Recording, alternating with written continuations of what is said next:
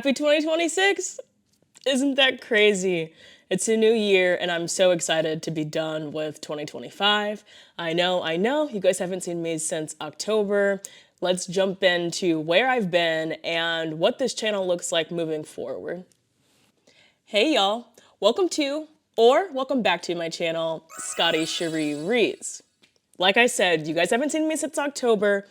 Everything has been good. We're not really gonna get into too much info about where I've been because I just wanna focus on moving into the new year, consistent and having some good quality content for you guys. I was working 2 jobs for a little bit, just easy little things, and I had a lot more family and friend time than I thought, so I just figured I wasn't gonna be spotty with uploads at the end of the year and just start fresh on the 1st, so here I am. This video mainly is gonna focus on the general challenges that I'm going to continue with this channel, things I'm gonna leave in 2025, and new things that I'll introduce to the channel. So let's grab a drink and get right into the challenges that I'm in the middle of to see if I'm gonna continue them or not.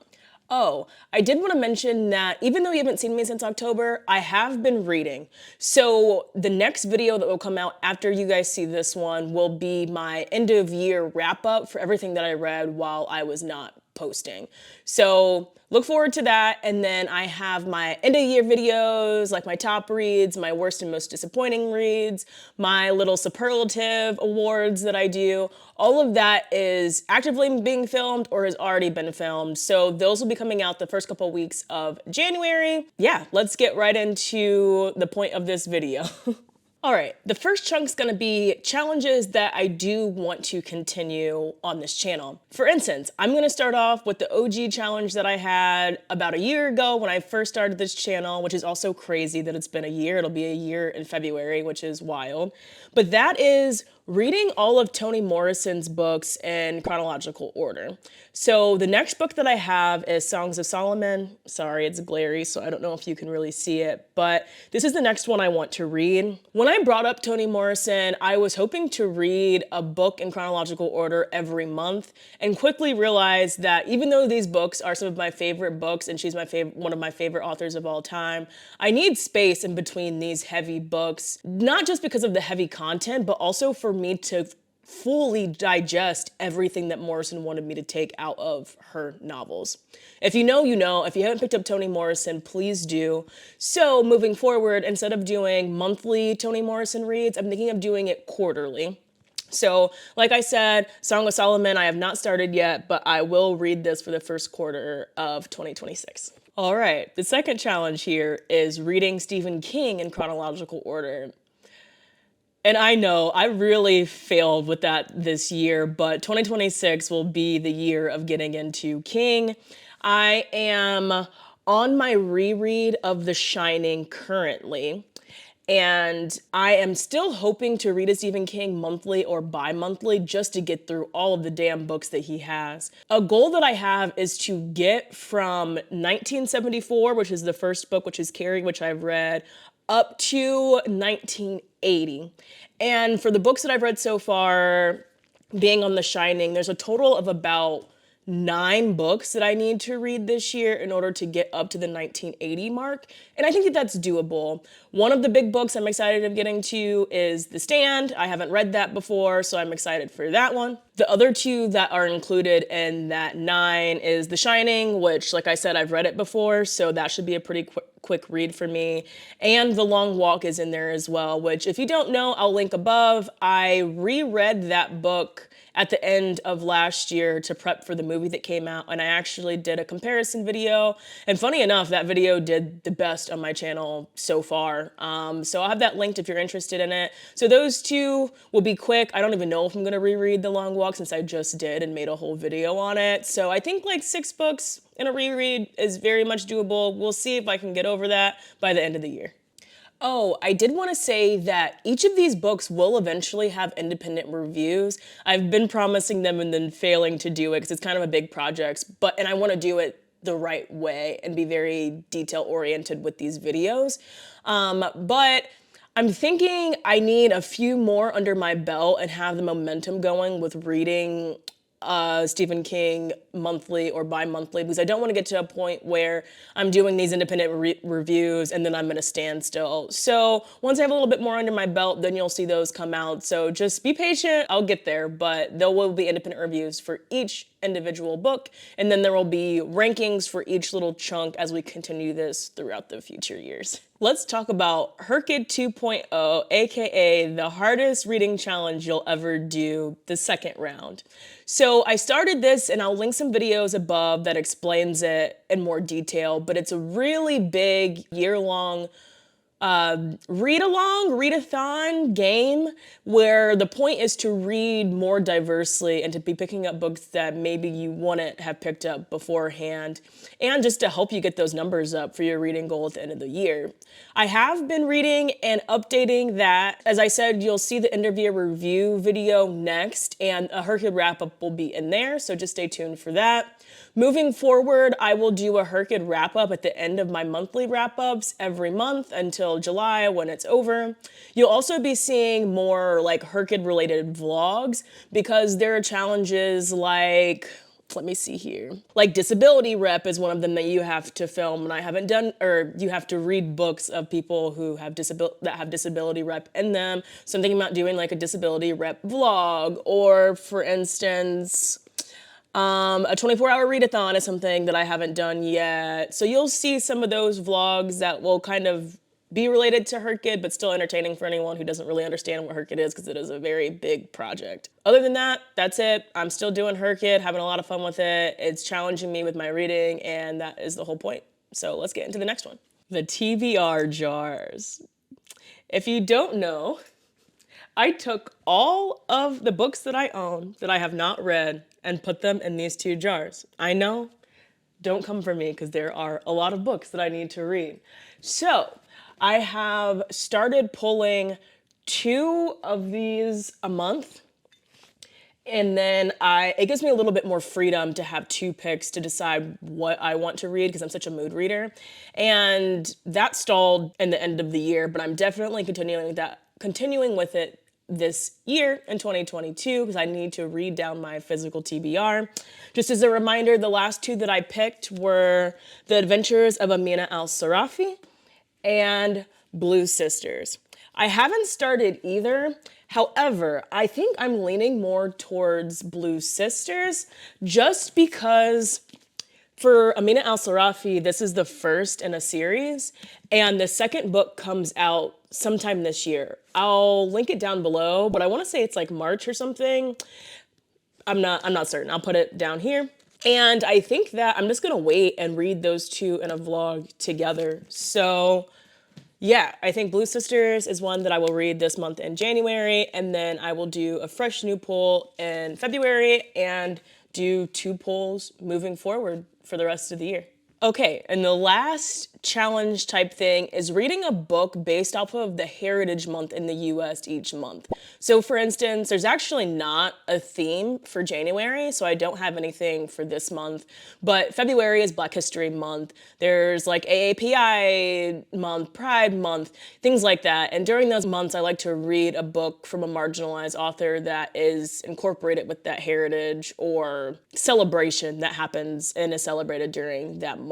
So I read diversely and I read marginalized authors all year long. You guys know that about me, but I intentionally like to be a voice and give suggestions during that specific month for that specific type of person or author, if that makes sense. So those are the challenges that you guys have heard me talk about and the things that I will continue with the rest of the year. Let's get into the challenges that I've talked about on my channel that I'm not bringing into 2026. Alrighty, so in previous videos, I have talked about a couple of secret vlogs that I was doing, and unfortunately those vlogs put me into a slump. So I'm just gonna tell you what those secret vlogs were, what my idea was, what books I read, and I'm just not gonna put that vlog out. So sorry if I look over here, because it's just reminding me of the books that I read. So there is this test called Read Your Color Test. I'll have it linked above and below. I took that test and it said that I was equally a blue reader and a purple reader. I'm not gonna go into what that means in this vlog right now. Look for it in my review when I wrap up some of these books, but I just was reading like 3 or 4 books for each one. So there was going to be a purple reader vlog and there was going to be a blue reader vlog. I started the purple. I read 3 books, which were Blood Over Bright Haven, Pure Nessie, A Short Stay in Hell, and I got into the middle of This Is How You Lose a Time War, and I just had to put it down. Don't worry, I will get back to it at some point, but I think reading a similar style of book back to back was just a little too much for me. So I stopped reading that. I didn't get into any of the blue books, but I'm gonna let you know what blue books I was going to read. It was On Earth We're Briefly Gorgeous, Kafka on the Shore, Never Let Me Go, and 100 Years of Solitude. As I said, don't worry, these are still in my TBR. I still own these books. I'm just not gonna read them back to back for a vlog. Maybe in the comments below, leave which books you want me to prioritize between the ones that I haven't read yet. I just couldn't do it. I saw this from Sid Bookworm. I'll have her video linked below. And I think that she kind of struggled with this challenge as well, but I'm just gonna be done with it. Sorry to have you guys waiting, but like I said, the review for those books will be in my next video, and let me know what books you want me to prioritize moving forward. Okay, and then the last challenge type thing that I was working on was I made a list in a video that I'll link above for the 25 books I want to read in 2025. And that was a fail. I think I read like 3 books from that list. So just letting you know, you won't see an update about that. We're just gonna scrap that and not do like a 26 in 2026. It's just starting to become too much. However, I am thinking about adding 12 books from 12 friends. So I would reach out to some of my booktube friends, bookstagram friends, even friends in real life who are readers, and get 12 recommendations and prioritize those this year. I think reading 1 book a month is plenty doable. So yeah, I'm still wavering on that idea. So let me know in the comments if you'd like to see that, or if you're like, Scotty, you're doing too much, you don't need to do that. Okay, so quickly, we're gonna talk about the current projects that I'm in that I've been actively working on since October. And the first one is I am reading the top 10 of the horror finalists from the Goodreads Choice Awards. Full on into this, we'll be wrapping this up mid-January, and you'll see this video at the end of this month or the very beginning of February. So look out for that. It's very exciting. I was gonna do like the #1, like the winners from multiple genres, but I decided not to do that at all. Yeah, it was just, nothing seemed really interesting to me aside from the horror category. So check that out.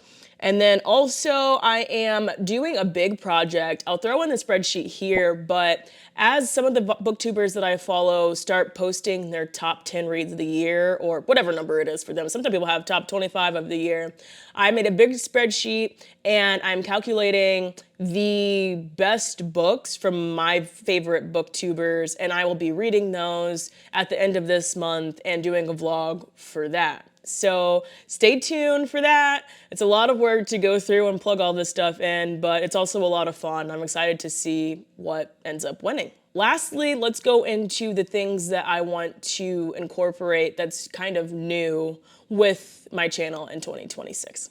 Classics, classics, classics.